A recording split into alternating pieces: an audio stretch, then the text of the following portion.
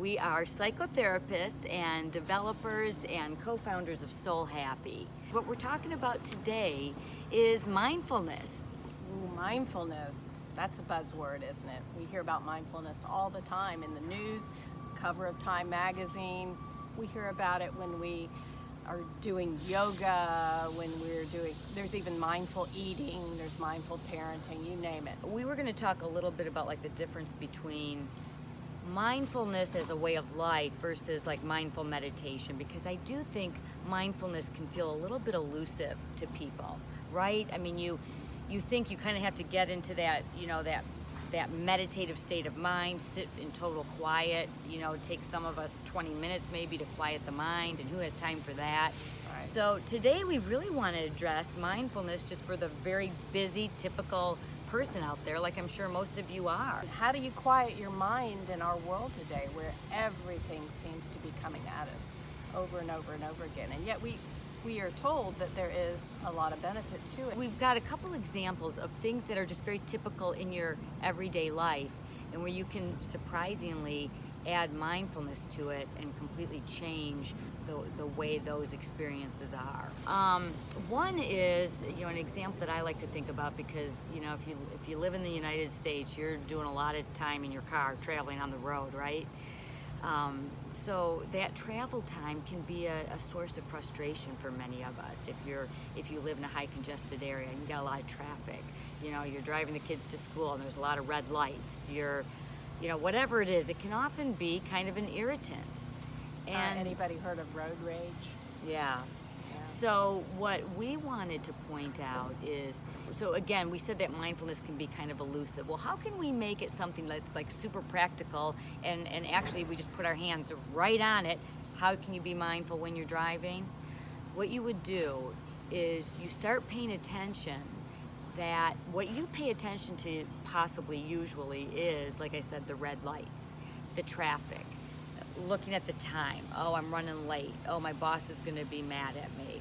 Uh-oh, school got out 10 minutes ago and I'm still in traffic. My kid's going to be wondering where I am. So you're already projecting into the future a scenario that you've got your mind already thinking about. So you're actually projecting right into the future something that's causing you stress and worry. Right.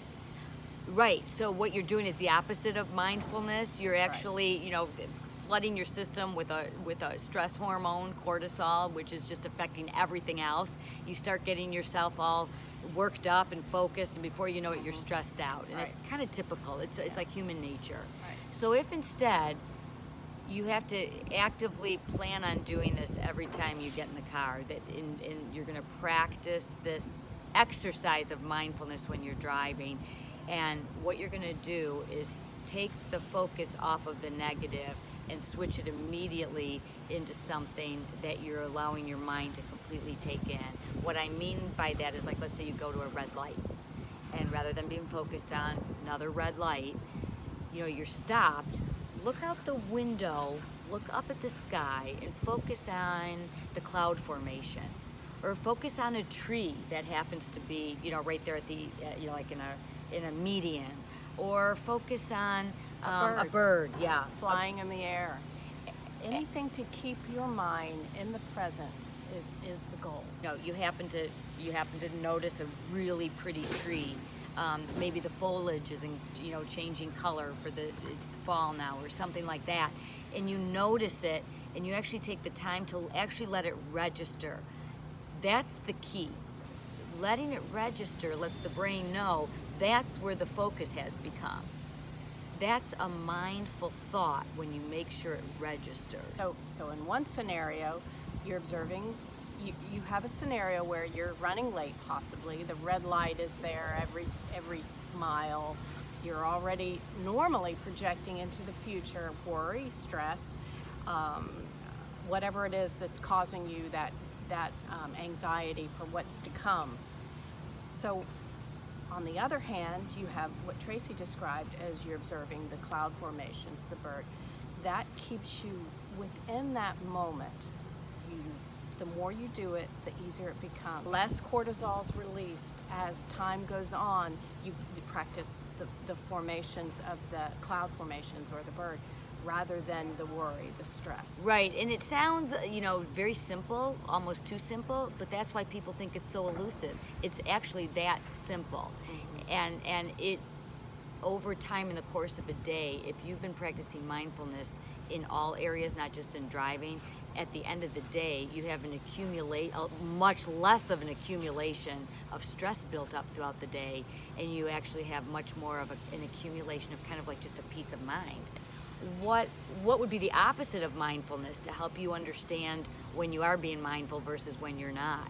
So we wanted to give you, I think, a good way of trying to illustrate this is, we've all become proud of our multitasking abilities. I mean, and moms are famous for that, or working women, or working women moms, or we're just famous for feeling like we're so proud of ourselves that we can cover like 5 things kind of all at once. So let's give you an example of like the proud multitasker and kind of break it down. Let's say you're out to a quick bite with your family at the end of the day. Let's say it's like the middle of the week, like a Wednesday night. So it's just a busy middle of the week night, and you guys like popped in for a quick meal, and you're sitting at the dinner table, and you're waiting for a text back from your boss regarding a question you had about something that has to be covered in the morning presentation that you're doing. Your son, your husband had a stressed out day, and he's kind of talking a little bit about something that's stressed him out. Your kid is across the table and is doing like something on their little, doing a game, and is letting you know when they win something or when when they're screwing up. And so everybody, you got a lot that you're trying to take in. This is the typical American family at dinner. It's become the new normal, and there's not a judgment there. It's just become the way of the world. Right. So everyone is focused on their own scenario, and then of course the phone comes into play, and it totally takes you off track. You are the opposite of being mindful in your family unit. You have accomplished it all, but it's never really as fulfilling. Every single interaction isn't fulfilling because your mind was half in it. Mindfulness is about staying in the moment and accomplishing the goal. In this case, it might be, you wanted to spend time with your son, but you didn't. Or you wanted to have just some quiet family time, or even just be alone in your own thoughts. None of those tasks were accomplished. And so that's this concept of mindfulness, and that's just one example. Over the course of 30 days, your brain will have been retrained out of a stress-based reactionary situation, and you've trained it now into what the mindfulness will do for you is you've trained it into just kind of enjoying every situation at hand, even the most mundane. Mindfulness becomes non-elusive. And it becomes a way of life. Very attainable. Give it a try. It's easier than you think. Look forward to seeing you guys next time. And hey, listen, check us out and let us know if you're enjoying these YouTube videos. Like us, check us out on Facebook, Twitter, And even if Instagram. you've got a mindfulness exercise that you regularly do, Yeah. let us know about it. Let us know. We're here to start a community of supporting each other. Okay, have a great day.